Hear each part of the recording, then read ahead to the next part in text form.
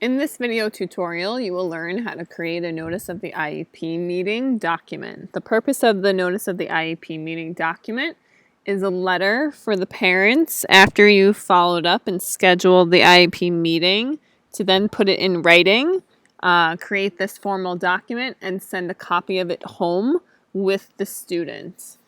So what you need to do is go on CSIS's website and you need to use your DOE credentials to log in. Once you're there, you'll see this as your home screen. So when you're on your home screen, you need to search for the student that you are completing the information for. So you can do that in one of two ways. If you haven't looked up the student recently, you go up to the search bar menu, you click students and search them by their first or last name. Or if it's a student whose IEP you've recently looked at, they would show up underneath your quick access section and you would choose the documents. This is where all the IEPs are for all the years that the student has had an IEP. The folder next to it is their biographical information in their profile. So I'm going to choose the documents. And once I'm here, I'm going to see all the different years worth of information for IEPs for that particular child. So for this school year, I need to start the IEP by creating the Notice of the IEP Meeting. I go to the section where it says Create New Document, hit the drop down.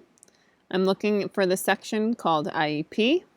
I choose the Notice of IEP Meeting and I hit Go. Now in this label or comment, this is where I'm going to say when I scheduled the meeting for, using the date and the time. Then I'm going to hit New, and it's going to launch the Notice of the IEP Meeting document. Once I'm here, I need to choose the type of notice. You will almost always use Annual Review. And you'll choose that, hit Save, Done Editing. And it's going to prompt you to go to the Notice of IEP Annual Review. So you click that link, and it's going to bring you to this screen. So this is the actual letter that you need to fill out. So you put in today's date. And for this drop down, you're going to choose Committee on Special Education. For the date and time section, this is the date and time of the actual IEP meeting. So we said September 9th at 10 a.m. And it's going to be at our school, so we don't need to change anything there.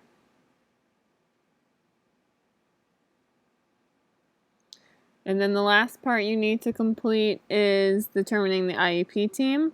Before you create this document, you should also look up from a past IEP what kind of recommended services they have on the recommended services page. That way you know who needs to attend the meeting. You should always have a special education teacher, a general education teacher, a district representative, and the parent.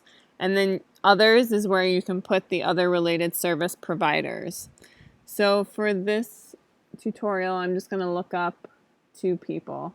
So I hit the lookup button, and I'm looking for a special education teacher that is in the student's grade and currently teaches them. Sometimes this screen takes a little bit of time to load, but it will get there eventually.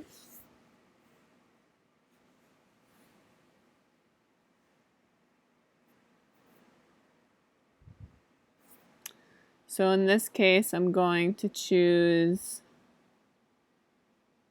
Victoria Matos and see it populates her name there. And district rep would be the person facilitating the IEP meeting. In this case, it's myself. What's also nice about the lookup is across the top, you'll see they have the alphabet, so you can search for people that way. In addition to putting in the staff's last name and finding their name that way. Once you look someone up, they go under your recently selected staff, so it's a lot easier to navigate this section. But notice that you can't just type it in. It won't allow it. It won't accept it. So that's all you need to click. You're going to do Save, Done Editing. You make sure you read the form one more time. Everything is accurate. And then you're going to click here to finalize the Notice of IEP document. It's going to change status from draft to final. You can leave that alone. In this section, you could send it to specific users to notify them that you've done this by looking up the staff. And once you've done that, you'd hit accept and then hit OK. And you have now created the document. And the next step is you're going to click here to develop the IEP. So you always want to make sure you do that before closing that tab.